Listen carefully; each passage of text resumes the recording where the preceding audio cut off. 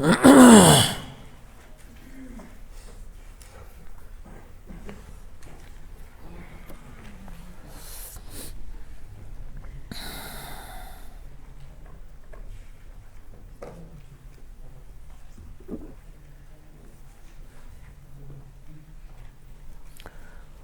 بالله من الشيطان الرجيم بسم الله الرحمن الرحيم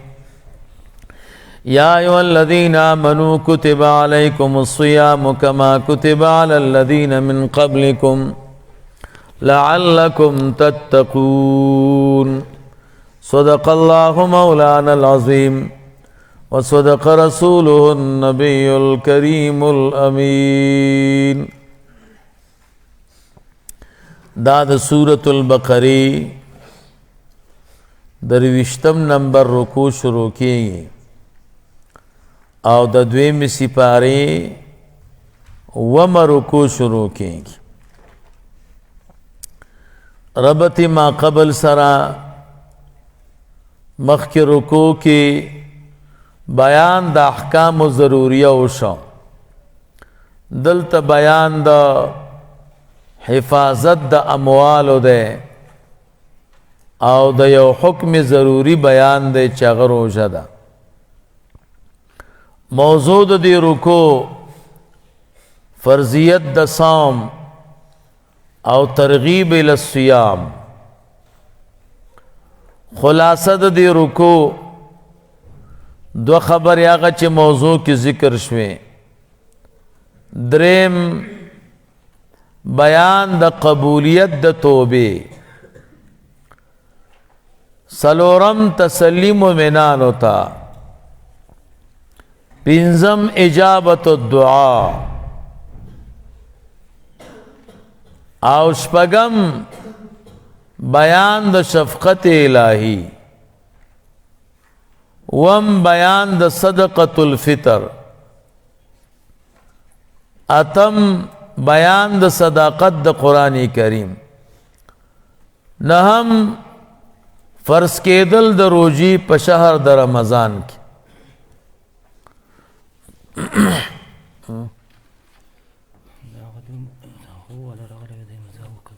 سشي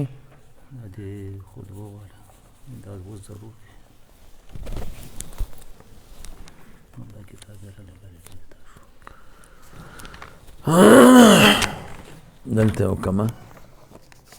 دلته نه مسجد نو بلاک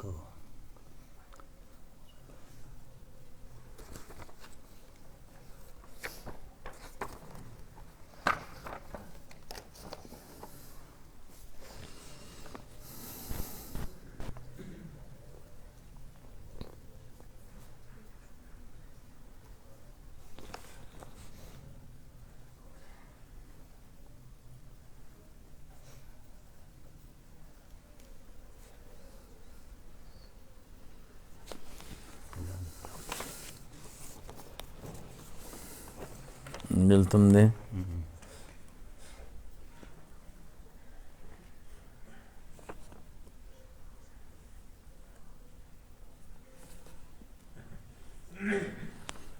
نمبر لیکما سید واویہ سل پینز سنویخ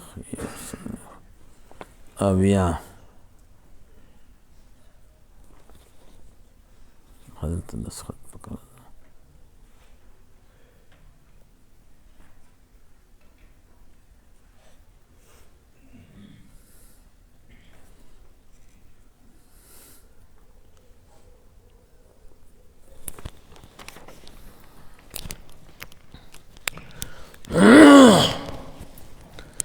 اللہ فرمائے یا ایھا الذین آمنو، اے خلق چی یقین و تصدیق مکڑے دے. کتب علیکم الصیام، فرض کړی شوی دی پتا سبانے روزی. کما کتب علی الذین من قبلکم، سرنگی چی فرض کړی شوی پا مخکل تاسونا مخکل یو خلق پور باندې. لعلکم تتقون، دې د پاره چې تاسو ځانو ساتئ د ګناهونو نه. ذکر روجا د شهوانی قوت ماتون کے دا مولوی صاحب د روجی حکم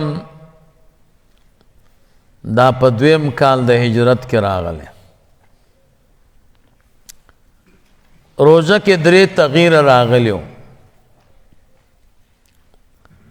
اولنې تغییر داو چاوله کې د عاشوری روزه فرض وا د عاشوری د روزې نه نقل راغې رمضان المبارک تا دویم تغییر داو چې اختیارو کسوک روزه کوي او کسوک فدیه ورکوي بیا حکم د فدیه منسوخ شو یوازې په حق د شیخ فانی او د هغه مریض کې ته جوړېدلو امکان نه د هغه په حق کې پاتش څوک داسې سپینګیری دی چې روژه نشي کولی نو سپینګیری خو بیا نه ځوانېږي نو فدیه به ورکوي یا داسې مریض دی چې ډاکټر ورته ووایي ته نه روغېږې نو چې نه روغېږي او مریضي همیشه ده او روژه ورته تاوان نیسي تاوان کوي نو بیا به فدیه ورکوي فدیه چې ده دا مسکین ته 2 وخته ډوډۍ ورکول دي نو غرمه او د شپې دغه 1.5 روپۍ به جوړېږي دریم نمبر تغییر داو چې حکم داو چې د یو خوب نه تر بل خوبه پورې به تا روژه کوله سار به چې د خوب نه راپورته شوي نو روژه به وه بیا به چې د شپې کم وخته پورې ویښ وي د ماښام نه نو خوراک لمر به چې وغورځېدو که نه دا ووایه نو بیا به دې روژه ماته کړه خو چې کم وخته پورې به ویښ وي نو خوړی دې شوه خو چې کله به ویده شوي بیا به مغې ځای نه د روژې حکم شروع شو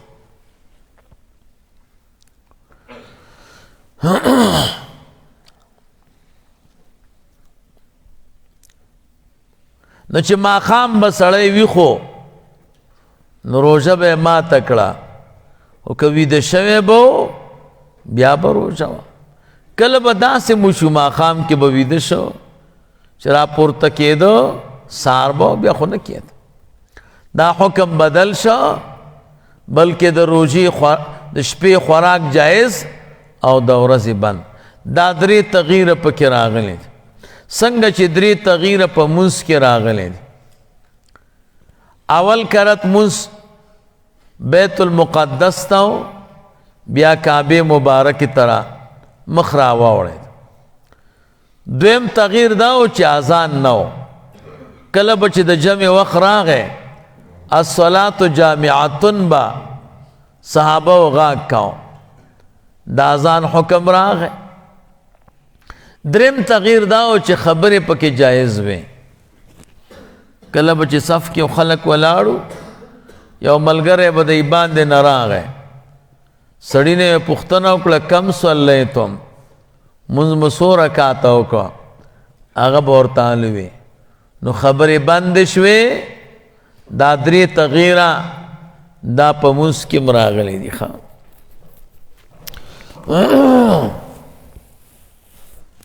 اوس مسله دا د مولوي صاحب چې روژه خو ګرانه ده او لږه ده نو روژه کې مسلمان ته څه فایده ده چې الله تعالی ورته فرمایي روژه کا نو علما د روژې بېشماره حکمتونه وایي یو حکمت پکې دا ده چې دا نفس تابع شي که نه خوراک جائز ده که نه ده جائز ده خوراک جائز دی خو چې کله روژه مبارک راغله او تا نفس د خوراک نه بند که درته وین تا ورته وی مه خوره نو د دې نه خوړلو سره عادي شه که نه نو چې خوراک روا او جایز و خو روژه کې جایز شی بند شو نو بیا بغیر د روژې نه چې کومې میاشتې دي نو په هغې کې به حرام کله وخوري دا حلال شیونه و چې بند شو دی ته بند شو نو بیا بغیر د روژې نه چې کوم شیونه حرام دي نو هغه بیا کله خوري نو دا د نفس یو تربیت ته او تابع کول دی دویم نمبر چې د فقیرانو د حال نه خبر شي کم سړی چې همیشه موړي که نه هغه ته فقیر کله یادېږي مونږ او تاسو چې ماړه یو او یو سړی را سره په سفر رواني او درته وایي راځه هوټل کې خوراک که ورسره ځي نه زه پرېږده دلته هلته به نو ته خو موړې که نه هغه بل وږی تاسو نه دی اورېدلي وی موړ د وږي د حال نه څه خبري امام دا حضرت یوسف علیہ السلام هغه به خوراک نه کو تر څو پورې به چې لوږې بېهوشه کو چا ورته وی صاحب دا دومره تکلیف ولې کوې وی چې د مسکینانو د فقیرانو حال را نیر نشي که نه نو چې همیشه سړی موړي نو د فقیر حال ورته کله یادېږي 11 میاشتو کې دا یو میاشت دا د ولږې راغله دا دې دپاره چې د فقیرانو حال د نیر نشي مسکینانو چې والکه زه خو د یو میاشت کې وږی ومه زما څه حالو دا زما سره خواته همسایه فقیر او مسکین دا خو هر وخت وږی نو دته به څومره تکلیف درېیمه دا د مولوي صاحب چې د نعمتونو قدر ورسره پیدا شي دا کم شی چې سړي سره هر وختي نو د هغې قدر خو ورسره نه کله چې فوت شي ترې نه لاړ شي بیا ورسره قدر پیدا شي دی وجه نه که فکر مو کړی د روژې په ماښام بازار کې ګرځي ګنډېری م راخلي چکنی م راخلي پیکوڼې م راخلي هر شی راخلي هر شي ته زړه کېږي چې دا مې خوړلی وی دا مې خوړلی وی کله چې روژه ماته کې بیا یو شي ته م زړه نه کېږي نو د الله تعالی د نعمتونو قدر پکار دی او قدردان به کله جوړیږي چې دی روژه کې که نه روژې سره د الله تعالی د نعمتونو قدر انسان ته معلومیږي نورم بشماره حکمتونه پکې دي ښه نو الله فرمایي یا ایها الذین آمنوا اے خلکو چې یقین مو کړی دی کتب علیکم الصیام فرض کړی شوي دي په تاسو باندې روژې کما کتب علی الذین من قبلکم څنګه چې فرض کړی شوي په خلکو چې مخکې له تاسو نه و دا اول سهولت دی یعنې څه معنا یوازې په تاسو روژې نه دي ستاسو نه مخکینی امت باندې م وې کله چې حکم عام شي بیا په عمل اسانه شي کنه دویم نمبر سهولت الله علت خی لعلکم تتقون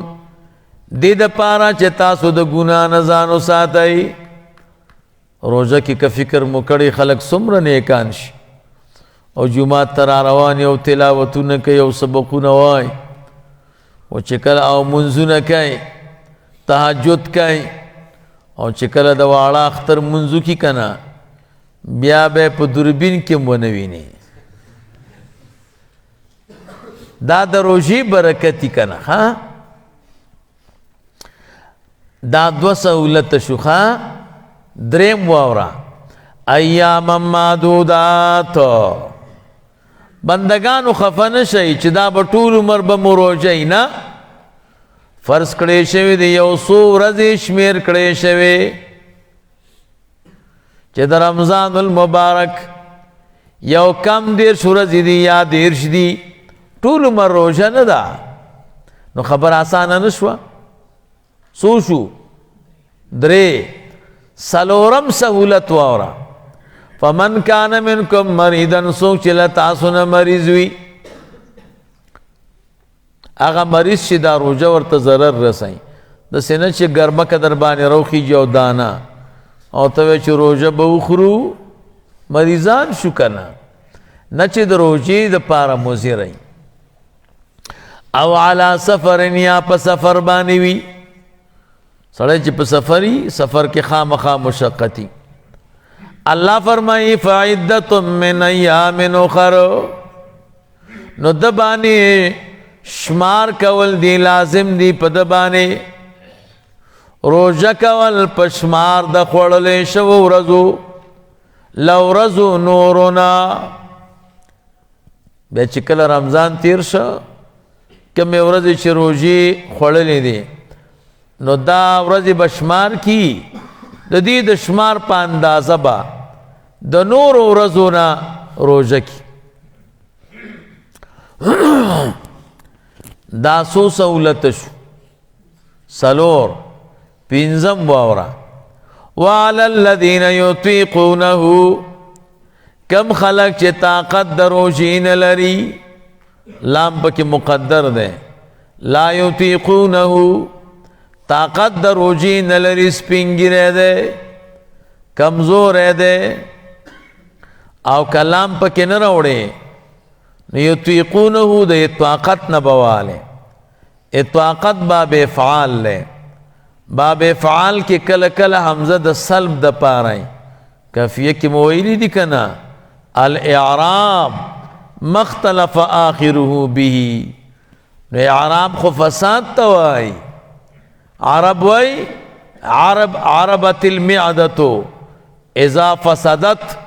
نو هلته موږ وایو حمزه د سلب د پاره ده دلتم حمزه د سلب د پاره ده که حمزه د سلب د پاره نه کې نو بیا دا آیت منسوخ ده ابتدا د اسلام کې حکم د تخیرو ستا خوخه ده که روژه کې او که فدیه ورکې نو بیا حکم منسوخ شو ښه خبره دا ده چې منسوخ نه نو لا یطیقونه کم چې طاقت د روژې نه لري فدیه طعام مسکین لازم دی په د باندې ورکول د فدیه څومره ده طعامو بدل د فدیتون نه دی چې طعام د یو مسکین دی د یوې روژې برابر فمن تطوع خیرا چا چې د زړه په خوشحالۍ باندې د زړه په خوښۍ باندې وکړه کومه نیکي که روژه وي او که غیر د روژې نه فهو خیر له دا د پاره ډیره بهتره ده الله فرمایي وان تصوموا دا چې تاسو روژه کوئ خیر لکم دا ستاسو د پاره ډیره بهتره ده بانی اور که گزاره مو کیږي که نه نو بیا روژه کوئ ولې مولوی صاحب د رمضان المبارک میاشته کې دومره لوی فضیلت ده چې یوه روژه د رمضان کې بیا ټول کال روژه کې دومره ثواب بیا الله نه درکوي ښه چې څومره بیا د رمضان په روژه کې اجر دی دویمه دا ده چې رمضان المبارک کې د ټولو خلکو روژه نو سړی ته روژه کولم اسانه ښه او بغیر د روژې نه خو رمضان نه خو ټول خلک خوراک کوي نو روژه نیولم سړی ته صحیح دا ګرانی او سختی نو که گزاره مشي نو روژه کوي زمونږ او ستاسو ملګري چې روژه راشي که نه علماو نه به پوښتنه یاره جي دا خوله مې وچیږي کیدای شي شوګر می او بدا شکر کې خو بیا روژه خنی نو خیر دی که زه روژه کم یو وی یاره په سر مې ډېر دردي او جنګونه رانه کېږي څوک رانه مړه نه شي خنوسو کم یاره چې دا روژه وخورم او دا نسوارو نه بغیر گزاره نه کېږي، دې سره چورت برابرېږي. نسواران چې نسوار وانه شي که نه کار صحیح نه وي. یو ځل حرم شریف نه راووتم، اول ته چې دی نو 2 نفره ولاړو، طبیعت یې ډېر خراب. وی پښتون ما وی وی نسوار شته؟ ما وی نه. وی ځه مې هلکه دا خو ډېر خطرناک شی دی. پوهېږي که نه پوهېږي؟ نسوارو باندې روژه ماتېږي ښه چې د نیر نشي ګوره. زمونږ او ستاسو بعضې ملګري وایي وی چې کاغذ کې تاووئ، کاغذ کې چې نسوار تاو کې وی بیا د دې ذرات دننه نه ځي. زه ورته ویم چې ښه بیا پلسټک کې ولې نه تاوئ، ټوشي پیپر کې تاوئ، هغې نه خو ذرات یې باندې روځي که نه. نسواري ته ووایه خوله نسوار واچوه او خوله کنګال کا او برش او مسواک استعمال کا، چې استعمال نو خوله پاکه شوه که نه. بیا ورته ووایه لاړې توکه چې توکړې شنې بی. دا ولې؟ ځکه چې د دې نسوارو ذرات لاندې تیریږي. دی وجه نه مولوي صاحب د چا چې د معدې زخم وي ډاکټر ته چې لاړ شي ورته وایي نسوار دې اچولي دي. نو نسوار خو د خوله کې اچولې، د دې ذرات تیریږي ښه. نو داسې ګپ لګئ ښه، ټوشي پیپر چې ته تاوم کې د هغې نه ذرات یې باندې راوځي. که پلاسټک دې ته تاو که پلاستیک نو بیا خیر دی، پلاستیک خو ته نه تاوئ ځکه بیا فایده څه ده. نو که بیا خلطه کې پرته یو که ستا خوله کې فرق شته؟ بیا خو یو شی شو. نو بانې به کوي دا چل دی او دا چل دی. زمونږ یو ملګری دی هغه هم شکر دی پوهېږي. نو موږ ته ټلیفون وکړو شکر مې دی او روژه مې خوړلې ده او د ګوړې شربت راته تیار کوي. موږ فکر نه و د ګوړې شربت یخ شربت یو 2 جام ووهل. وروسته هم دماغ کار وکړو چې والکه چې ستا شکر دی نو شربت څنګه چکي. نو چې یو ځل سړی روژه وخوري بیا مولوي صاحب نیول ورته ګران دي ښه. نو بانې روژې تک نیول نه دي پکار، حتی الامکان چې طاقت مو وي نو روژه په رمضان کې ډېره ښه ده. نو الله فرمایي وان تصوموا خیر لکم. موږ او تاسو ټولې مریضۍ روژې اوس خو الحمدلله روژه په یخنۍ کې هم ده، مخکې به روژه په ګرمۍ کې وه نو سمې ډېرې بانې به خلکو کولې. ان کنتم تعلمون که تاسو پوهیږئ د روژې په فضیلت. شهر رمضان الذي انزل فيه القرآن، دا مدح حافظ ابن کثیر سے فرمائے دا مدح دا رمضان دا بے انزال القرآن. تقدیر دا دے اذا سمعتم فضیلت الصوم قد ارست خبری سی فمن شاہد منکم الشہر. نو دا حافظ ابن کثیر سے بوئی ودا مدح دا رمضان دا بے انزال القرآن. رمضان المبارک میاش دمر بختور دا و دمر قدر دا قرآن کریم پا کے نازل لے.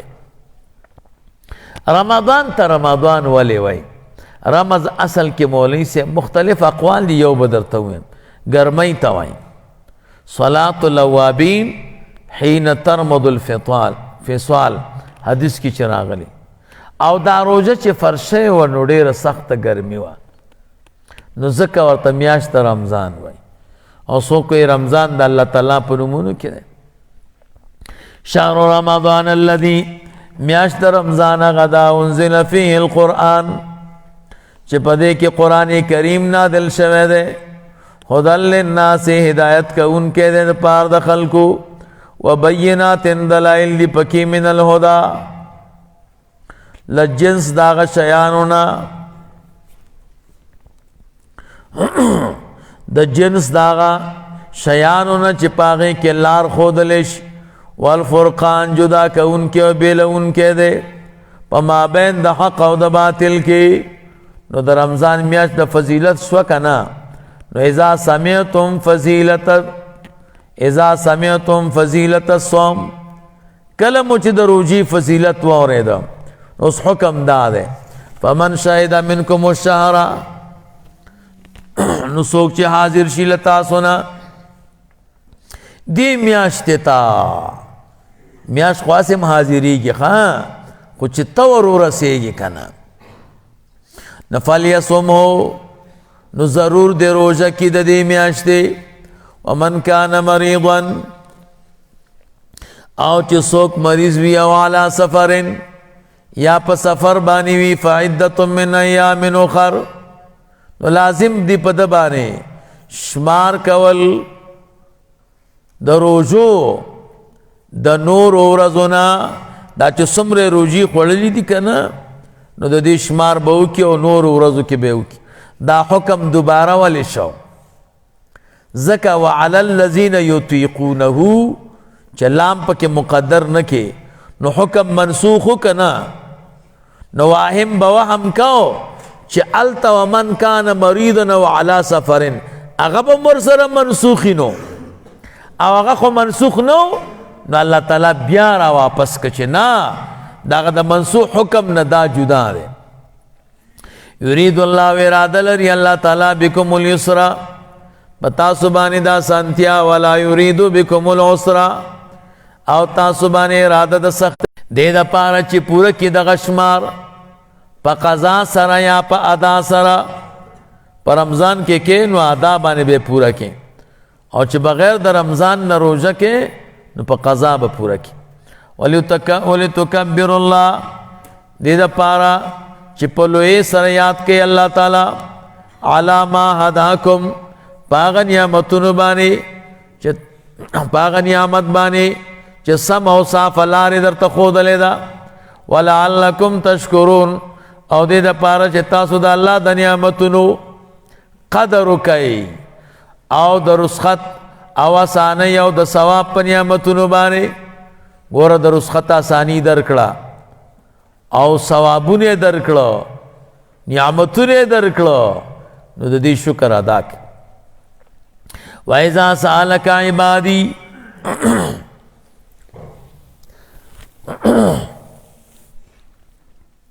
اے عرابی راغے بانڈچی رسول اللہ مبارک صلی اللہ علیہ وسلم تے او فرمائے اقریب ربنا فنناجیہ ام بعید فننادیہ زمانگ رب نزدے دے چی خبری ورسروکو او کلری چی غاگ ورتوکو اللہ آیت نازل کا وَإِذَا سَأَلَكَ عِبَادِي کلچ سوال کئی لتانا پبارت لتانا بندگان زما عنی پبارت زما کی چیزل ریم کنیز دیم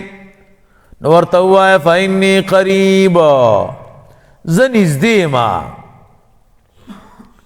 زنیز دیم اجیب دعوت الدائی زادان قبلهم دعا دا دعا کون کی کلم چی مانا دعا غواری او ما تغا کئی زی دعا قبلو ما دا اللہ تعالیٰ نزدیکت دو قسم دے خواہ یو پہ اعتبار دا علم او دا قدرت سر دے پہ اعتبار دا علم او دا قدرت سر اللہ تعالیٰ طول مخلوقات تا نزدے دے او منگا اللہ تا نزدیو دا اللہ دا علم او دا قدرتنا اس سوک نشی اخلاص عدل ہے دویم نزدیکت پہ اعتبار دا اجابت سرا خبر منل او نہ منل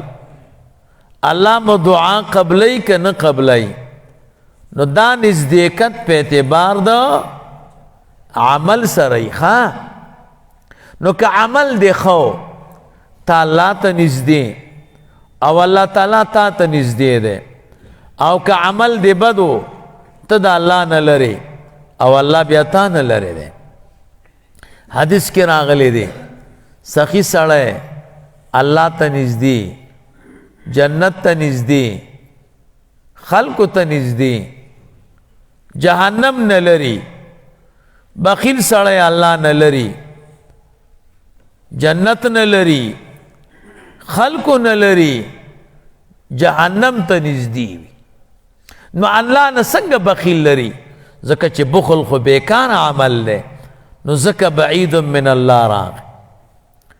او سخاخه عمل دی نو قریب الی الله دی. نو که د چا عمل ښه شو دی الله ته نږدې دی، الله ده ته نږدې دی، دعای قبلی. او که دی عمل بد شو دی بیا الله نه لرې دی، الله د ده نه لرې دی، بیا عمل نه قبلی. نو چې کلم سړی دعا کوي الله وی زی قبلوم. سلور اعمال دي چې دا موقت نه دي، مقید نه دي، دا مطلق دي. هر وخت کې کوا مشکل نه لري. یو ته دعا وای، دویم ته ذکر وای، دریم ته درود شریف وای، سلورم ته صدقه وای. خیراتونه کې هر وخت چې کې نو خیر دی، که په اوله ورځي، که په دویمه ورځي، که په لسمه ورځي، که څلوېښتمه یې هېڅ خبره نشته. دعام چې هر وخت کې نو جایز دي. یو جنازه ما وکړه، ما ورته وی ایثار شئ سورة الفاتحه ووایئ، یو کرت او درې کرت سورة الاخلاص ووایئ. دا حکمی ختم دی او د دې ثواب دی مړی ته او نور مردگانو ته وبخئ. دعا مو چې وکړه، یو سړی راته ووی چې خدای دې غرق کا. دعا د جنازې نه بعد کم کتاب کې راغلی ده؟ ما وی هغه کتاب کې راغلی ده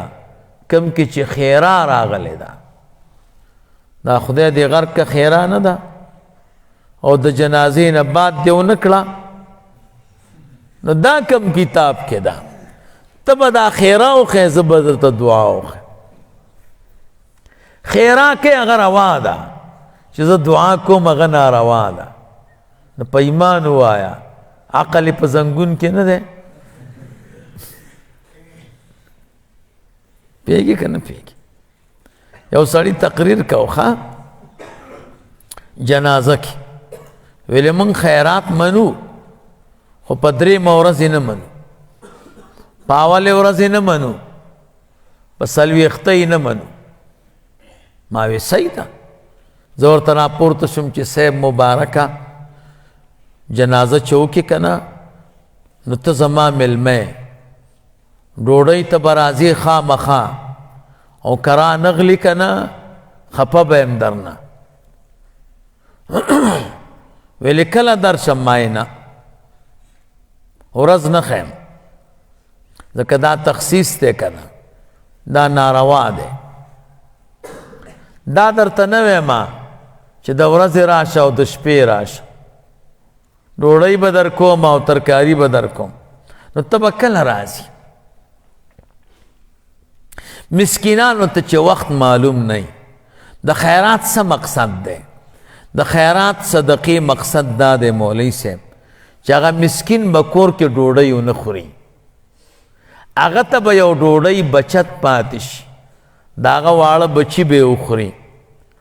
او هغه مسکین به ستا خیرات وخوري. نو چې هغه ته معلومات نه وي چې دی وخت کې خیرات دی،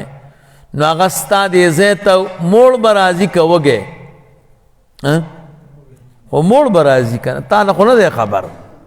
نو چې موړ راغی او ته بیا هم پې وریجې خورې، معده به ورته خرابی که جوړی به؟ خرابی به. نو ستا خیرات تاوان وکړو که ګټه وکړه؟ خو تاوان وکړو. مسکین د اول نه خبر کا، نو کور کې به ډوډۍ نه خوري، نو ستا خیرات ته به راشي. نو مسکین به کله خبرېږي چې ورځ ورته معلومه کې کنه ذهن کې مخبره کینی یو بادشاہ وزیر ته وی وزیره وی کالی پکار دی اختر را روان دی ورته وی صحیح ده کنه وی صحیح نه کالی به راوړې چې تور نه زیړ نه او خړ نه شنه نه آسمانی رنگ نه د دنیا چې څومره رنګونه دی ورته یاد کړل چې دا پکې نه هغه وی پلان خو ټول دی یاد کړو زه کم راوړم کور ته چې راغی خپه هغه ښځې ډېرې هوښیارې سړیه ولې خپه یې ویلې داسې قصه ده ویلې غم یې مه کوه سبا ته به ورسره ګورو سبا چې شو ویلې اوس به څه کوم ویلې بادشاه ته ووایه کالي مې درته وګنډل او تا چې کم رنګونه یاد کړي یو هم پکې نشته راوړم به یې درته بادشاه ته چې ورغی وی کالي مې وګنډل او یو رنګ هم ستا والا پکې نشته ویلې راوړه که نه وی په داسې ورځ به یې راوړم چې شنبه نه یک شنبه نه دوشنبه نه سه شنبه نه چهارشنبه نه پنجشنبه نه او جمعه نه هغه ورته وی نو بله ورځ کم ده نو وی بل رنګ کم دی رنگ بدل که کنی ورځې نشته ته وی زه خیرات منم خو په اول یې نه منم او په دویم یې نه منم او په دریم یې نه منم او په څلورم یې نه منم نو دا منل څه شي په کومه ورځ یې وکړو وی په لسمه مې دا کتاب کې شته ویلې نه نو مې بیا خو دریم هم نه وه او لسم هم نه وه ستا لسمه روا ده او دا ناروا ده دا عقل چې دی دا په زنګون کې دا څلور شیونه آزاد دي ښه دې کې به قیدونه نه لګی راځه یو اعتراض به در باندې وکړي علمي اذا دعان دا جمله محمله ده اذا پکې راغلی کومه قضیه کې چې اذا راشي هغه محمله او قضیه محمله په قوت د جزئیه کې نو اذا دعان دا معنی چې کله کله دې ما نه دعا غواړي نو قبلو مې هر وخت نه موږ وایو مولوي صاحب موږ دا مسله په کافیه کې زده کړې ده کافیه کې راغلی دي پیږي کم غیر منصرف اسم غیر منصرف کې چې عالمیت مؤثر وي او یا مولوی صاحب څه شي د بل سبب سره جمع شي اذا نکره صرف او نوای ګوره اذا نکره صرفا چې نکره شي نو منصرف کیږي ما الته اعتراض ده چې اذا پکې راغی اذا خو په قوت دا محمله ده په قوت د جزئیه کې ده نو سمانا کله کله منصرف کیږي چې نکره شي او حالان کې ټول هر وخت چې نکره شي منصرفي الته مو جواب کړی محمله دو قسمه ده یو محمله د علوم ده کنه یو محمله د محاورات ده محمله د علوم دا په قوت د جزئی کې نه محمله د علوم صحیح کم چې د محاورات ده هغه په قوت د جزئی کې وی کنه لکه بل حدیث کې راغلی رسول الله مبارک فرمای خصنی الله بذکر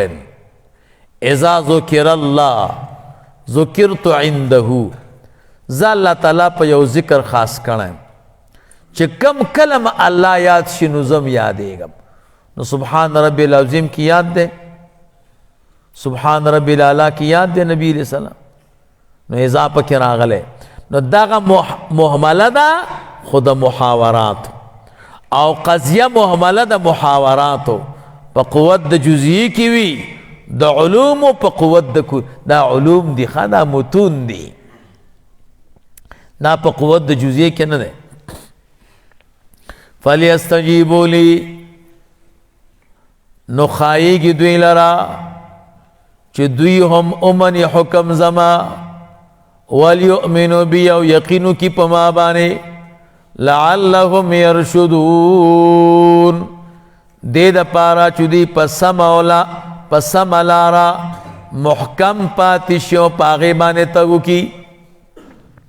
احل لکم، دا حکم داو مولوی صاحب چې ماښام به څوک ویده شو، بیا به روژه بیا شروع وه. صحابو کې بعض صحابه داسې لکه عمر فاروق رضی الله تعالی عنه، هغوی نه د شپې د خوب نه پس د بیبي سره یو ځای والی وشو. رسول الله مبارک صلی الله علیه وسلم ته خبر وکړه چې هلاکه شو، داسې کار وشو بعد النوم. بس دا آیاتونه راغله، الله تعالی چې دی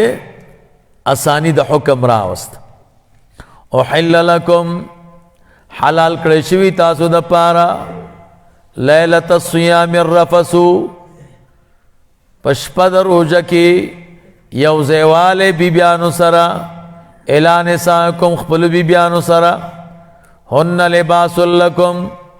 دا بیبیانې ستاسو د پاره کالی دی، جامه ده، دا کنایه ده د اختلاط نه. وانتم لباس لهن، او تاسو د دوی د پاره جامه. علم الله، خبر دی الله تعالی، انکم بیشک تاسو، کنتم یی تاسو، تختانون انفسکم، چې خیانت کوئ د خپلو ځانونو سره، یو ځایوالی مو وکړ. فتاب علیکم، پس رجوع پر رحمت سره وکړه الله تعالی په تاسو د تیر خیانت. وعفا عنکم، او عفو وکړه تاسو نه د تیر خیانت، هغې درته عفو کړه. اوس حکم دا دی، فالآن باشروهن، اوس جما کوئ د خپلو ښځو سره د روژې په شپو کې. وابتغوا، طلب کوئ، ما کتب الله لکم، اغا ما کتب الله لکم، اغا ما اباح الله لکم، اغا زی طلب کئی چې الله تعالی در تا حلال کړی دی، کم طرف چې در تا حرام کړی اغا مطلب کوئی. یا دا مانا دا، وابتغوا، طلب کئی، ما اغا بچے کتب الله لکم، چې اندازه کړی دی او مقرر کړی دی تاسو د پاره الله تعالی. ان د نیک صالح بچی نیتو کئی. وکلو، خوراک کوئی، وشربو، چکا کوئی، حتی تردی پوری یتبین لکم الخیط الابید، چخکار چی تاو زپار سپین تار، چسو میں صادق دے، من الخیط الاسود، جدا دا تور تارنا، چشپی دشپی تیار دا. نو اولا کی من الفجر ٹکے پکی نو، نو بعض صحابہ کرام بالغ لاندی تور تار او سپین تاریخ، چې دا به یو بل نه جدا ښکاره شو ته په تیاره کې، بیا به وی سبا دی. نو کله کله به سبا و خو تار به نه ښکارېد. الله پاک پکې زیادت وکړ، من الفجر یاد وم د سبا نه. ثم اتموا الصیام الی اللیل، بیا پوره کوي روژې خپلو لره تر شپې پورې، چې لمر وغورځېږي یقینا. ولا تباشروهن، او مه نږدې کېږئ ښځو خپلو ته په جما سره، وانتم عاکفون فی المساجد، داسې حال کې چې تاسو معتکفان یئ په جماعتونو کې، جماعت کې اعتکاف کوئ. اعتکاف چې دی ډېر برکتونه لري. لوی برکت دا دی چې اول تکبیر سره به مونځ کوې، دویم دا دی په زوره ځان په الله بخلی چې خدای زه ځم نه تر څو چې دې بخلی نه. تلک حدود الله، دا د الله تعالی حدود او قوانین دي. فلا تقربوها، مه نږدې کېږئ دې ته په ماتولو سره. کذالکم، دغه رنګې هم داسې لکه دی چې ورته بیان کړه، یبین الله، بیانوي الله تعالی آیات، آیاتونه خپل للناس د پاره د خلکو، د اصلاح د پاره د هدایت د پاره لعلکم یتقون دې د پاره چې دوی ځان وساتي د حدود د مخالفتنا ولا تاکلوا اموالکم مخوری خپل مالونه بینکم بخپل منځونو کې بالباطل پناه قصرا د یو بل مالونه پناه حق مخوری وتدلوا بها الى الحكام ولا تدلوا بها الى الحكام مرسوي دا مالونه حاکمانو ته چې قاضیانو ته ورکوي رشوت ورکوي لتاکلوا د دې پاره چې تاسو خورئ په معاونت د حاکمانو قاضیانو سره فریقنا یو سیسا من اموال الناس د مالونو د خلقنا اے خلق باندې غلط دعوے کې او بیا قاضی ته رشوت ورکې چې دا مال ما طرف ترا واړوا الله وی دا مکوي بالاسم پنا قصرا وانتم تعلمون تاسو پوهیږئ چې دا ظلم دی نو دا سکار مکوي یسألونک عن الاهلة دا د سورة البقره سلیرشتم رکو شروع کی او د دویمې سپارې اتم رکو ده ربط د ما قبل سره تتمه د ما قبل ده کنه او په دې کې سیاست مدني بیانېږي او ملکداری او یاده وایا مخکې بیان د سیاست مدني او ملکدارۍ دلته هم مخکې بیان د ملکداریو دلته بیان د ملک ګیرۍ دی ملک به څنګه ګیرې او سنبالې به په انفاق د مال سره او د نفس سره مخکې مولوي صاحب ملک وو سړی چې وطن کې اوسیږي که نه د وطن د حقوقو لحاظ بم ساتي او دلته اوس د وطن د نیولو خبره ده وطن چې نیسی نو مال او نفس به دواړه خرج کې نو وطن به درته الله تعالی درکوي موضوع د دې رکو بیان د انفاق د مال او د انفسو دی د الله په لاره کې خلاصه د دې رکو دو خبرې هغه چې موضوع کې ذکر شوې دریم التزام د حج او د عمره او ترغیب الی الانفاق الزام د تقوا یسألونک عن الاهلة مولوی صاحب دا 14 سوالونه برازي عبداللہ ابن عباس سے فرمائی رسول اللہ مبارک صلی اللہ علیہ وسلم صحابه څومره پاک خلق ډېرې پوښتنې د حضور نه کولې خپل فکر کاو ټولې پوښتنې صحابه او د حضور نه صلی الله علیه وسلم نه 14 کړي دي او 14 قرآن کریم ذکر کړي شمار یخا یسألونک یسألونک دا به 14 راځي یسألونک سوال کوي لتا ندوی عن الاهلة په باره د میاشتې کې چې دا زیاتېږي او کمیږي ولې میاشت کا فکر مو کړی که نه ابتدا کې نری بیا ورو ورو غټېږي انتها کې بیا نری کېږي نو دی پوښتنه وکړه چې قربان دا میاشت غټېږي او کمیږي ولې الله جواب کوي قل ورته وایه زما محبوبه په جواب کې هي مواقیت للناس دا هغه ټاکلی شوي او مقرر شوي وختونه دي د پاره د خلکو د مونځ د پاره د حج د پاره والحج او د حج د پاره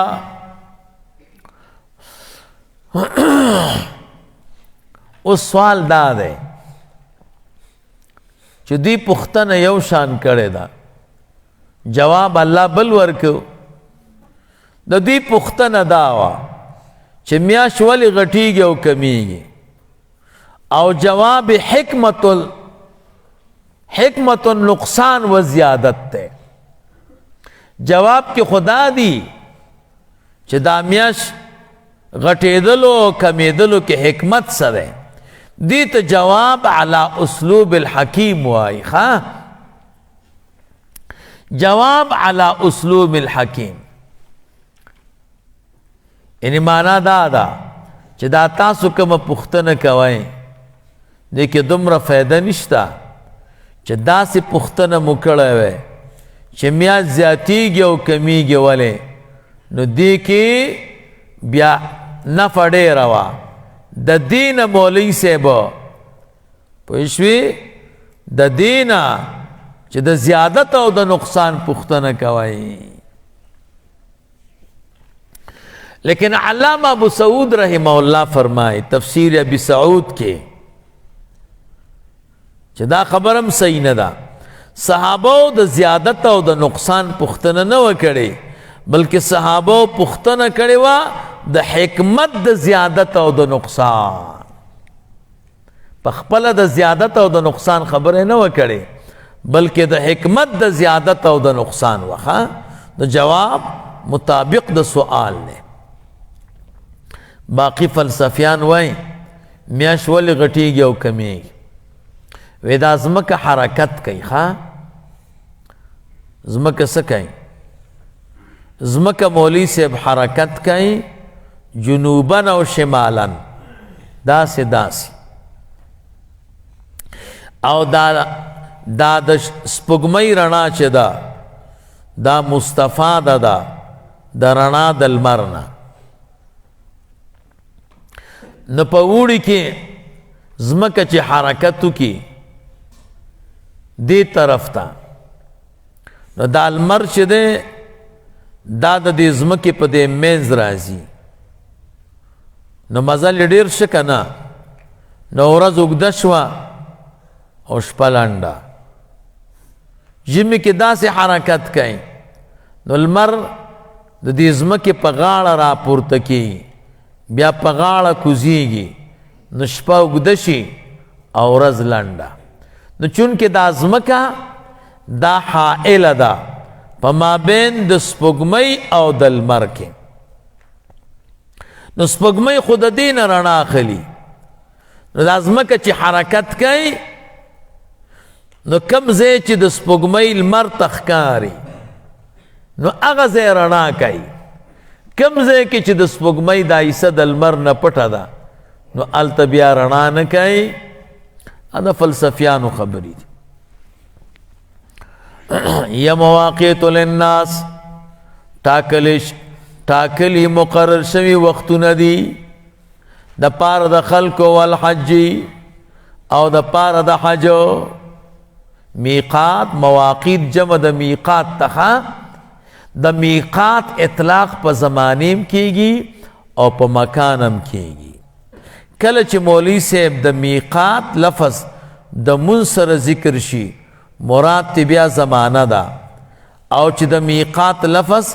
د حج سو عمرې سره ذکر شي بیا تی مراد مکان دی ښا حج کې خپل خپل مواقیت دي چې د هغې نه به بغیر احرام نه تیریږي ولیس البر نه د نیکي دا کار بیان تاتو البیوتا چې تاسو راتګ کوئ کوټو ته من ظهور یاد شاګانو نه جاهلیت دور کې بچو دی لاړ حج ته نو بیا به کوټې سورې کولې په دروازه نه راتلو په دروازه خو موږ ګناهګار وتلیو نو اوس چې پاک یو اوس به د کوټې په دیوال به سورې کوم الله وایي دا نیکي نه ده ولکن البر ولکن ذل بر لیکن خاوند د نیکۍ من هغه څوک د اتقا چې ویریږي د الله نه په ترک د مخالفت سره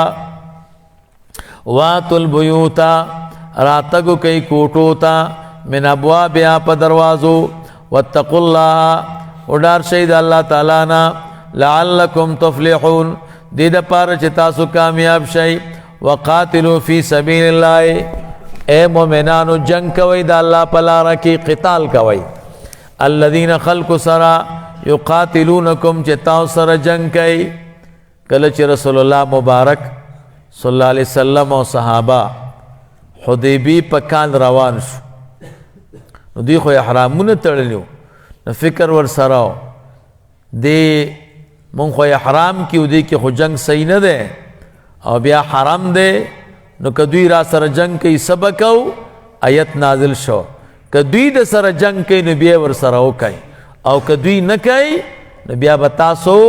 په جنگ باندې اولواله نه کوئ پهل به نه کوئ ان الله بشک الله تعالی لا يحب المعتدين مینه نه کوي تیری کوونکو سره زیاتی کوونکو سره د حدنا وقتلوهم وجنی دا مشرکان حیث ثقفتموهم کمزه کې چې تاسو دوی پیدا کړ واخرجوهم وباسئ دوی لرا من حیث اخرجوکم کمزه کې چې کمزه نه چې تاسو ایستلیای چې مکه مکرمه ده رسول الله مبارک صلی الله علیه وسلم بیا په دې آیت عمل کړي په فتح مکی کې پاتم کال د هجرت باندې والفتنه والشرك ضرر مسلمان تا اشد من القتل ډیر سخت دی د قتل نه پمیاش د حرم کې ولا تقاتلوهم موجنی دوی لرا عند المسجد الحرام مسجد حرم سرا مسجد حرم ذکر شخو مراد تی نطول حرم دے حتی تردے پوری قاتلوکم فی چی جنگو کی دی تاو سر پدے کی فین قاتلوکم کدوی جنگو کو تاسوی شہیدان کولی فاقتلوهم تاسم دوی مردار کئی کذالکم دغرنگی لکا چی تیر شوی جزا دا جزاء الکافرین دام جزا دا پار دا کافرانو دا فین انتہو کمن شدوی د شرکنا او د شرکنا او د کفرنا فإن الله پس بیشک اللہ تعالی غفور الرحیم پردا چه ان کے دے پا گناہونو د بندگانو او بیا بیا مہربانی کا ان کے دے پا عفا کولو د گناہونو وقاتلوهم جنگو کے دوی سرا حتی تردے پوری لا تکون فتنتن چپات نشی شرک و فساد او ضرر رسانی ویکون الدین للہ او شدین طاقت و عبادت حکم خاص اللہ لرا پٹول ازمکہ کی یا پزمکہ دا حجاز کی فین انتہو کدوی منشو دا شرک و دا کفرنا فلا عدوانا نبیات تجاوز نشتا حسی او تیرے الا علی الظالمین منگر جزا د ظلم پا ظالمانو بانی الشهر الحرامو میاش دا حرم جزو القیدہ دا او داوم کال دا ہجرت دیتا عمرت القضاء وی رسول اللہ مبارک صلی اللہ علیہ وسلم شپگم کال دا ہجرت بانی حدیبی پا کال دا احرام نیت کرو زکا چی خوب لیدلو واقعا در تبیاوایم خو کافرانو د مکی پرې نه خودل وی آئنده کال کې برازای آئنده کال کې چودی ورغلو نو دی سره دا فکرو چې جنگو نشي الله فرمای میاش د حرم چې ذوالقعده دوم کال دا بالشهر الحرام دا په بدل د میاشت د حرم کې د چشپغم کال تاسو هم نوې پرېخي کنه والحرمات قصاص د کم شي چې تعظیم کولې شي دغه شیان په برابرۍ دي نو چې دوی تعظیم ونک او تاسو ته ضرر رسي نو تاسو هم مکوئ فمن یعتدی علیکم چا چې تجاوز وکړ په تاسو باندې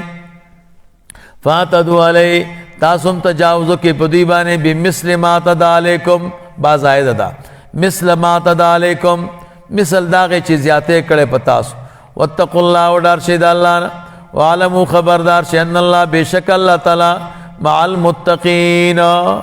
سره د متقیانو ده په علم او نصرت سره وانفقوا خرج کوي فی سبیل الله په لار د الله کې ولا تلقوا بأيديكم الى التهلكه با زائد ده مغرزوي خپل ځانونه خپل لاسونه معنا خپل ځان الى التهلكه اغزید هلاکت تا چې جهاد تر کوي او په خپل مالونه ویریږي نو خو مالونه به درنه لاړ شي که نه. واحسنو نیکی کوئ ان الله بشک الله تعالی یحب المحسنین مینه کوي نیکی کوونکو سره چې ثواب به ورکوي دوی ته. واتم الحج والعمرة او پورا کوي تاسو حج او عمره. حجم شروع که کنه که نفلی او که فرضی بیا به پورا کوي. عمره مو چې شروع کړه بیا به خامخا پورا کوي. دا د احنافو کلک دلیل دی لزم النفل بالشروع چې شروع دې کړه نو بیا در باندې اتمام لازم دی که نه. بیا به افعالو باندې راتک کوي. فقهي مسائل خو پکې ډیر دي مونږ او تاسو نه بیا خبره اوږدېږي. دلته به درته صرف یو دوه خبرې وکړم. یو خبره دا د مولوي صاحب چې حج درې قسمه دی. یو حج افراد دی، بل حج تمتع دی، دریم حج قران دی. حج افراد دی ته وایي چې یوازې د حج اراده وکړي او په دې سفر کې عمره ونه کړي. ډېر خلک داسې کوي دا وزیران چې بس خاص د عرفات ورځې ته عرفې ورځې ته ځان رسوي نو د عمرې وخت خو نه وي که نه. نو چې د حج نه مخکې عمره ونه کړي او یوازې حج وکړي دې ته حج افراد وایي. دویم حج تمتع دی. حج تمتع دې ته وایي مولوي صاحب چې په یو سفر کې دوه کاره وکړي. اول احرام د عمرې وکړي او بیا چې کله د عمرې وخت تیر شي که نه بیا چې د عمرې وخت تیر شي که نه عمره وکړي او بیا ځان حلال کړي. بیا د حج وخت راشي بیا بل احرام وکړي. نو سفر یو دی خو احرامونه دوه دي. دې ته تمتع وایي. دریم نمبر قران دی. قران دې ته وایي چې په یو احرام دواړه وکړي. د احنافو په نظر باندې قران د ټولو نه افضل دی او د نورو علماو په نظر باندې افراد او تمتع افضل دی. نو اسانه به طریقه د حج او د عمرې درته وښیم. څوک حج ته ځي که نه او تاسو نه پوښتنه کوي نو بیا ورته دا وایي. نور احکام بیا ځان له کتابونو کې وګورئ.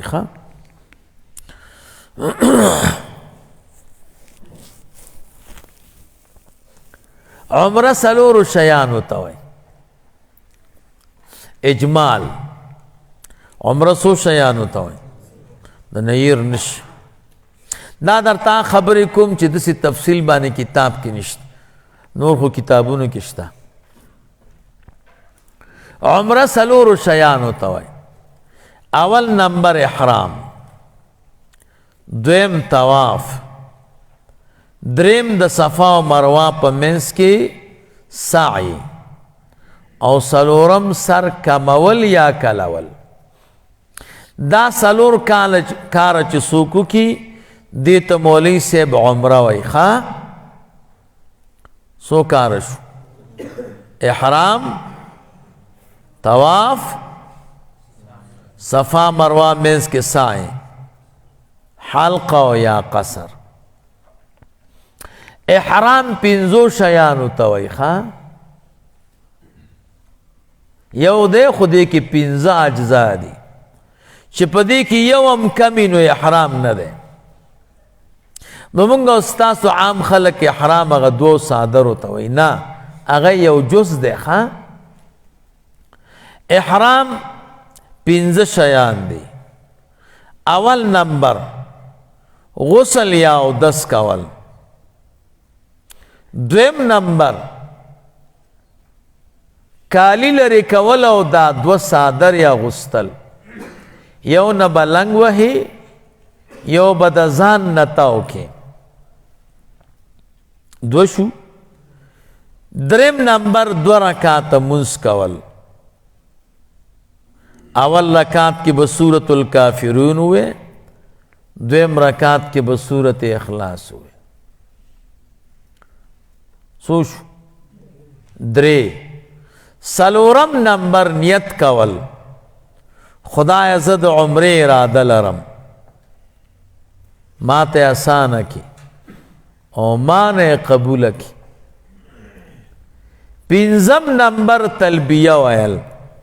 لبیک اللهم لبیک لا شریک لک لبیک ان الحمد والنعمت لک والملک لا شریک لک. دا تلبیه دخا زیادت دا الفاظ پکی کولے شے او کمینا. سو شیان شو پینزو، دا پینزو چراغون کی اگا سلورو کی یو شیش ستوائی احرام.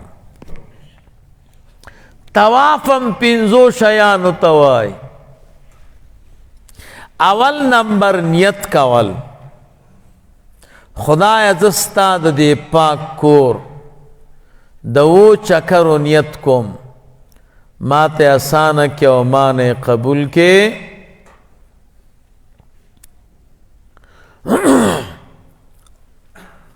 او په خوله ویې لفظل دي ښه، ځکه زمونږ او ستاسو د زړه حضور نه برابرېږي. مونږ او تاسو ته بعضې ملګري وایي که نه په خولې باندې نیت بدعت دی، خو په حج او عمره کې مو راسره مني ښه. حج او عمره کې رسول الله مبارک صلی الله علیه وسلم نه د خولې نیت منقول دی ښه، خو دوی راسره مونځ کې نه مني. بیا درته بحث کوم انشاءالله ښه. نو نیت به وکې خدایا زه د دې ستا د دې پاک کور د و چکرو نیت کوم ما ته آسانه کی او ما نه قبول کې. یو دویم نمبر دا ښی اوږه به ښکاره کې او چپه اوږه به پټه کې. څادر به د ښی اوږې لاندې راولې، کم اوږه چې ستا د کعبې مبارکې نه یې باندې ده دې ته استباع وایي ښه. دریم نمبر اولو دریو چکرو کې به پهلواني کې داسې اوږې به وهې. رسول الله مبارک صلی الله علیه وسلم چې په اووم کال د هجرت عمرې ته راغی که نه، نو مشرکانو وی مدینه منوره کې تبې ډېرې دي. هغه وخت کې ورته یثرب وی. بیا یثرب ویل مدینې منورې ته بند دي ښه، مکروه دي، دا د جاهلیت د دور نوم دی. پوهېږي که نه پوهېږي؟ دا زمونږ او ستاسو جلالیان چې دي دوی یو دغه جوړ کړی دی، دا شرکت د دې تیزابو او په هغې یثرب لیکلی. دا ډېر بې ادبه دي. وی د یثرب تبې دوی کمزوري کړي دي. رسول الله مبارک صحابو ته وفرمایل ووهئ ورته اوږې چې موږ ورې پهلوانان یو.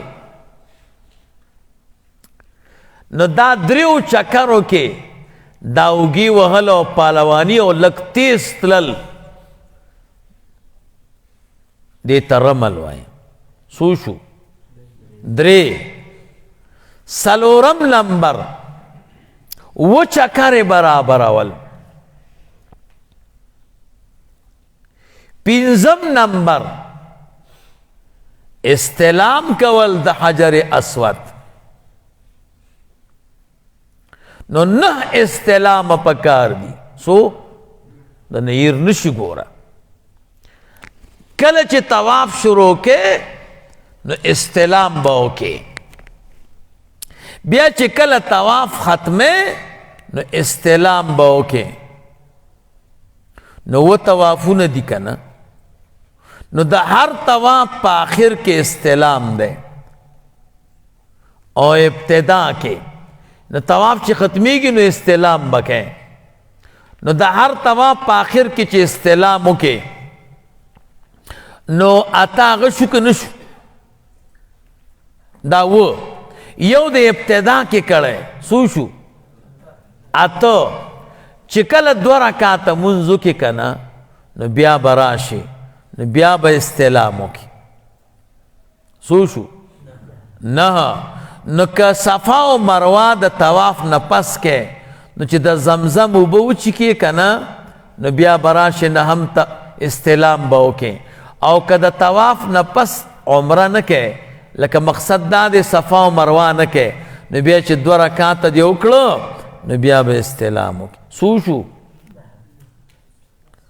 نمبر یې څو شو نیت کول اوږه ښکاره کول پهلواني کول استلام کول و چکر برابرول 5 شو شپږم چې د 2 رکعاته مونځ کول د طواف شپږ شو نو شپږ کارونه چې راجمع کې که نه دې نه طواف جوړیږي ذهن کې مو خبره کېناست نو په طواف کې به د هر چکر په ابتدا کې استلام کې چکر شروع کې که نه استلام به وکړي کله چې ختمه بیا به استلام وکړي اگر که بل چکر نشته ځکه چې ابتدا د طواف په استلام ده نو اختتام هم پکار دی د هر طواف په ابتدا کې پکار دی اختتام کې نه نو اول کې او آخر کې د هر چکر ابتدا کې استلام نو د طواف په ابتدا کې استلام راغی کله چې و چکر برابر شوي بیا به استلام وکړي چې اختتام دم په استلام راشي نو دا تشوي او نهم استلام با 2 رکعاته مونځ چې وکړي د طواف نو بیا به استلام وکړي خو چې سعی نه کوي او که سعی کوي نو بیا به دغه وکړي زمزم اوبه چې وچکي نو بیا به وکړي نو طواف شپږ شیان شو د صفا او د مروه په منځ کې سعی 4 شیان دي اول نمبر نیت کول دویم نمبر د شنو راډونو منځ کې منډه وهل د یو شنو راډونو نه منډه کې بلې پورې 2 شو دریم نمبر صفا او مروه باندې دعا کول 4 نمبر و چکر برابرول ابتدا بستا د صفا نه ختمه به په مروه نو د صفا او مروه منځ کې سعی شیان شو 4 او اخیری حلق دی نو خو آسانه دی دا مې درته اجمال وی ښه د عمرې اوس درته تفصیل وایم تفصیل دا د مولوی صاحب څوک عمرې ته ځي که نه نو طریقه دا ده چاول به بازار ته لاړ شي 4 شیان به والي ضروري یو به بیک والی غټ یو وړوکی یو شو دویم نمبر 2 جوړه احرام به والي